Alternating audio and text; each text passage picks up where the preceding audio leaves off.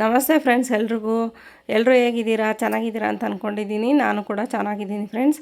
ಯಾರೆಲ್ಲ ಈ ವಿಡಿಯೋ ನೋಡ್ತಾ ಇದ್ದೀರಾ ಎಲ್ರಿಗೂ ಈ ಕೋಟೆ ಮಾರಮ್ಮ ಒಳ್ಳೇದು ಮಾಡಲಿ ಅಂತ ಕೇಳ್ಕೊತಾ ನಾನು ಈ ವಿಡಿಯೋನ ಮುಂದುವರಿಸ್ತಾ ಇದ್ದೀನಿ ಫ್ರೆಂಡ್ಸ್. ಇದು ಏನು ಅಂತ ಹೇಳಿದ್ರೆ, ನಮ್ಮೂರಿನ ಕೋಟೆ ಮಾರಮ್ಮ ದೇವಸ್ಥಾನ ಓಪನಿಂಗ್ ಇದೆ ಫ್ರೆಂಡ್ಸ್. ಹಂಗಾಗಿ ಹೊಸ ಮೂರ್ತಿ ಕೂಡ ಬಂದಿದೆ, ದೇವಸ್ಥಾನ ಓಪನಿಂಗ್ ಕೂಡ ಇದೆ. ಸೊ ಆ ಮೂರ್ತಿನ ಏಪ್ರಿಲ್ 27ನೇ ತಾರೀಕು ಸೋಮವಾರ ನೈಟು ಊರಲ್ಲೆಲ್ಲ ಮೆರವಣಿಗೆ ಮಾಡಿ ನೈಟ್ ಫುಲ್ಲು ಅದಕ್ಕೆ ಹೋಮ ಹವನ ಎಲ್ಲ ನಡೀತಾ ಇದೆ. ಯಾಕೆಂದರೆ ಬೆಳಗ್ಗೆ ಎದ್ದು ಮಂಗಳವಾರ 28ನೇ ತಾರೀಕು ಆ ದೇವಸ್ಥಾನ ಓಪನಿಂಗು ಜೊತೆಗೆ ಆ ಮೂರ್ತಿ ಪ್ರತಿಷ್ಠಾಪನೆ ನಡೆಯುತ್ತೆ ಫ್ರೆಂಡ್ಸ್. ಗಂಗೆ ಪೂಜೆ ಆಗಿರ್ಬೋದು, ಜೊತೆಗೆ ಮೂರ್ತಿ ಪ್ರತಿಷ್ಠಾಪನೆ ಆಗಿರೋದು ಕೆಲವೊಂದು ವೀಡಿಯೋ ಕ್ಲಿಪ್ಪಿಂಗ್ಸ್ ಹಾಕಿರ್ತೀನಿ ಫ್ರೆಂಡ್ಸ್. ಯಾರು ಸ್ಕಿಪ್ ಮಾಡ್ದಿರ ದಯವಿಟ್ಟು ಫುಲ್ ವೀಡಿಯೋ ನೋಡಿ. ನಮ್ಮೂರಿಂದ ಯಾರನ್ನೆಲ್ಲ ಮದುವೆ ಮಾಡಿ ಬೇರೆ ಊರಿಗೆ ಕಳಿಸಿದ್ರು ಹೆಣ್ಮಕ್ಳನ್ನ, ಅವರೆಲ್ಲರೂ ಬರಬೇಕು ಅಂತ ಹೇಳಿದ್ರಂತೆ ತವ್ರ ಮನೆಗೆ. ಯಾಕೆ ಅಂತ ಹೇಳಿದ್ರೆ 101 ಬಿಂದಿಗೆನಲ್ಲಿ ಗಂಗೆ ಪೂಜೆನ ಮಾಡಿ ತೊಗೊಂಡು ಬಂದು ಅಭಿಷೇಕ ಮಾಡಬೇಕು ಹೊಸ ಮೂರ್ತಿಗೆ ಅಂತ ಎಲ್ಲ ಹೆಣ್ಮಕ್ಳನ್ನು ಕರೆಸ್ಕೊಂಡಿದ್ದಾರೆ ಫ್ರೆಂಡ್ಸ್. ಹಂಗಾಗಿನೇ ನನಗೂ ಕೂಡ ಕರೆಸ್ಕೊಂಡಿದ್ರು, ಫೋನ್ ಮಾಡಿದರು ಅಣ್ಣ ಅವ್ವ ಎಲ್ಲರೂ. ಹಂಗಾಗಿ ನಾನು ಕೂಡ ಪೂಜೆಗೆ ಹೋಗಿದ್ದೀನಿ.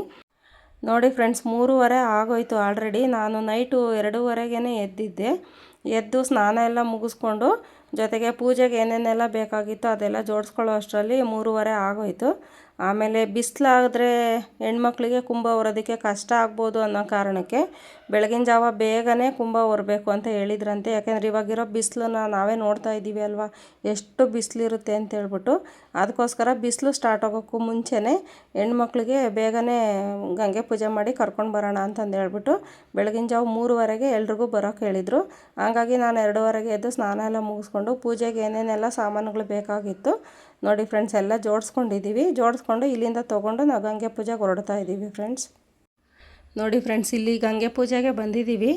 ಇನ್ನೂ 3:30 ಕತ್ತಲಾಗಿರೋದ್ರಿಂದ ಅಷ್ಟೊಂದು ಬೆಳಕಿಲ್ಲ ಅಲ್ಲಿ ಬಾವಿ ಹತ್ರ ಸುಮಾರು ಜನ ಕೂಡಿದ್ದಾರೆ. ಯಾಕೆಂದರೆ ಎಲ್ಲರೂ ಅಲ್ಲಿ ಹೋಗೋಕ್ಕಾಗೋದಿಲ್ಲ ಅನ್ನೋ ಕಾರಣಕ್ಕೆ ಕೆಲವ್ರು ಮಾತ್ರ ಅಲ್ಲಿ ಬಿಟ್ಟಿದ್ದಾರೆ ಹೋಗೋದಕ್ಕೆ. ಬಾವಿ ಹತ್ರ ಪೂಜೆ ನಡೀತಾ ಇದೆ ಗಂಗೆ ಪೂಜೆಗೆಲ್ಲ ಮುಗಿಸ್ಕೊಂಡು ಇಲ್ಲಿಂದ ನಾವು ದೇವಸ್ಥಾನದ ಕಡೆ ಹೊರಡ್ತಾ ಇದ್ದೀವಿ ಫ್ರೆಂಡ್ಸ್.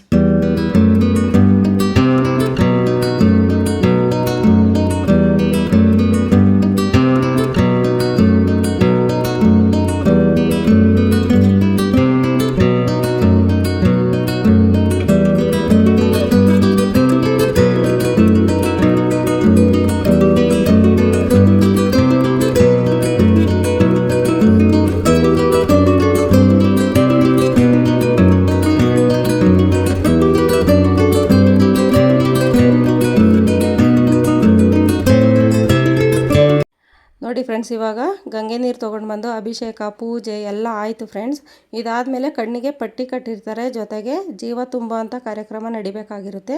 ಇದನ್ನು ನಡೆಸ್ಕೊಡೋದಕ್ಕೆ ಅಂತಂದು ಹೇಳ್ಬಿಟ್ಟು ಸ್ವಾಮಿಗಳು ಬರ್ತಾ ಇದ್ದಾರೆ. ಯಾರು ಏನು ಅಂತಂದು ಹೇಳ್ಬಿಟ್ಟು ಬನ್ನಿ ಫ್ರೆಂಡ್ಸ್ ನೋಡೋಣ.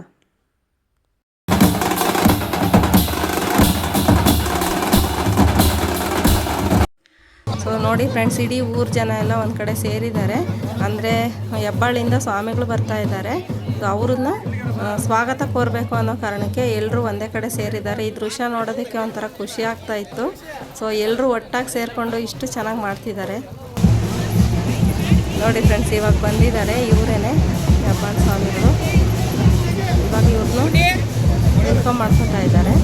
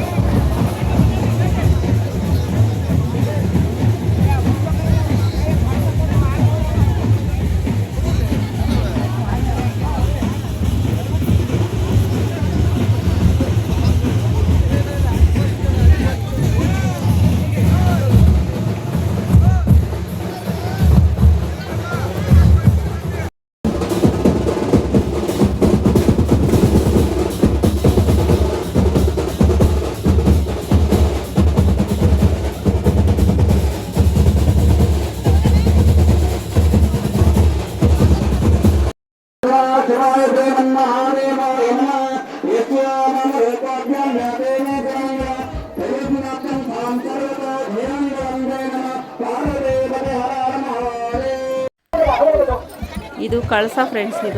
ಈ ಕಳಸನ ಇವಾಗ ಮೇಲ್ಗಡೆ ತೊಗೊಂಡು ಹೋಗ್ಬಿಟ್ಟು ಗೋಪುರಕ್ಕೆ ಕಳಸ ಹಾಕ್ತಾ ಇದ್ದಾರೆ. ಇವಾಗ ನೋಡಿ ತೊಗೊಂಡು ಹೋಗ್ತಿದ್ದಾರೆ ಕಳಸ ಮೇಲ್ಗಡೆ.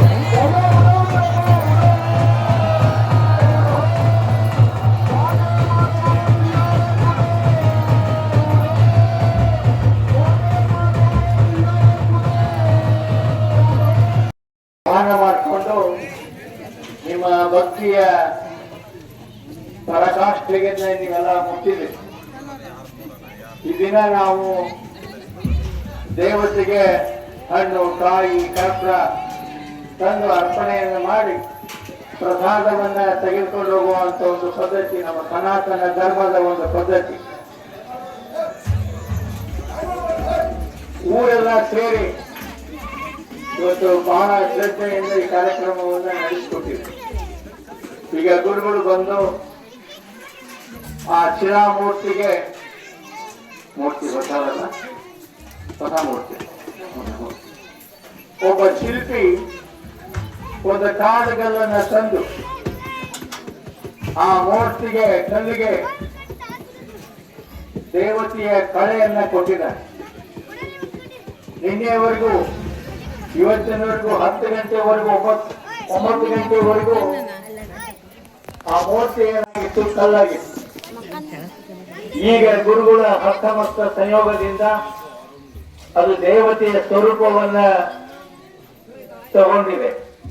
ನಿಮ್ಮ ಇಷ್ಟಾರ್ಥಗಳನ್ನ ಕರುಣಿಸುವಂತ ಶಕ್ತಿ ಆ ದೇವತೆಗಳಿಗೆ ಬಂದಿದೆ.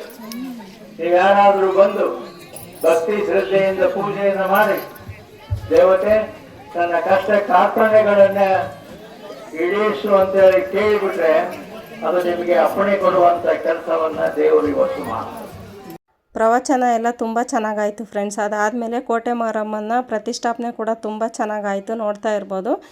ಜೊತೆಗೆ ಇನ್ನೊಂದೇನು ಅಂತ ಹೇಳಿದ್ರೆ, ನನಗೆ ತುಂಬ ವರ್ಷದಿಂದ ಸಿಗದೇ ಇರೋವಂಥ ನನ್ನ ಫ್ರೆಂಡ್ಸ್ ಎಲ್ಲ ಸಿಕ್ಕಿದ್ರು. ಚಿಕ್ಕ ವಯಸ್ಸಿಂದ ನಾವೆಲ್ಲ ಜೊತೆಗೆ ಓದಿರೋದು, ತುಂಬ ವರ್ಷ ಆಗಿತ್ತು. ಕೆಲವ್ರನ್ನೆಲ್ಲ ಮೀಟೇ ಮಾಡೋಕ್ಕಾಗಿರಲಿಲ್ಲ. ಸೊ ಅವರೆಲ್ಲರೂ ಸಿಕ್ಕಿ ಮಾತಾಡಿಸಿದ್ದು ಇನ್ನೂ ಖುಷಿ ಆಯಿತು. ಜೊತೆಗೆ ದೇವಸ್ಥಾನದಲ್ಲಿ ಪ್ರಸಾದ ಕೂಡ ಸಿಕ್ತು, ಅದನ್ನೆಲ್ಲ ತೊಗೊಂಡು ಅಲ್ಲಿಂದ ಪೂಜೆ ಎಲ್ಲ ಮುಗಿಸ್ಕೊಂಡು ಅಲ್ಲಿಂದ ಹೊರಡ್ತಾ ಇದ್ದೀನಿ ಫ್ರೆಂಡ್ಸ್. ಯಾರೆಲ್ಲ ಈ ವಿಡಿಯೋ ನೋಡ್ತಿದ್ದೀರಾ ದಯವಿಟ್ಟು ಲೈಕ್ ಮಾಡಿ, ಶೇರ್ ಮಾಡಿ, ಕಮೆಂಟ್ ಮಾಡಿ ನಿಮ್ಗೆ ಏನು ಅನ್ನಿಸ್ತು ಅಂತಂದು ಹೇಳ್ಬಿಟ್ಟು. ಜೊತೆಗೆ ನನ್ನ ವಿಡಿಯೋನ ಯಾರಾದರೂ ಹೊಸ್ದಾಗಿ ನೋಡ್ತಾ ಇದ್ದರೆ ನನ್ನ ಚಾನಲ್ನ ಸಬ್ಸ್ಕ್ರೈಬ್ ಮಾಡ್ಕೊಳ್ಳಿ, ಸಪೋರ್ಟ್ ಮಾಡಿ ಅಂತ ಕೇಳ್ಕೊತಾ ಇದ್ದೀನಿ. Thank you friends.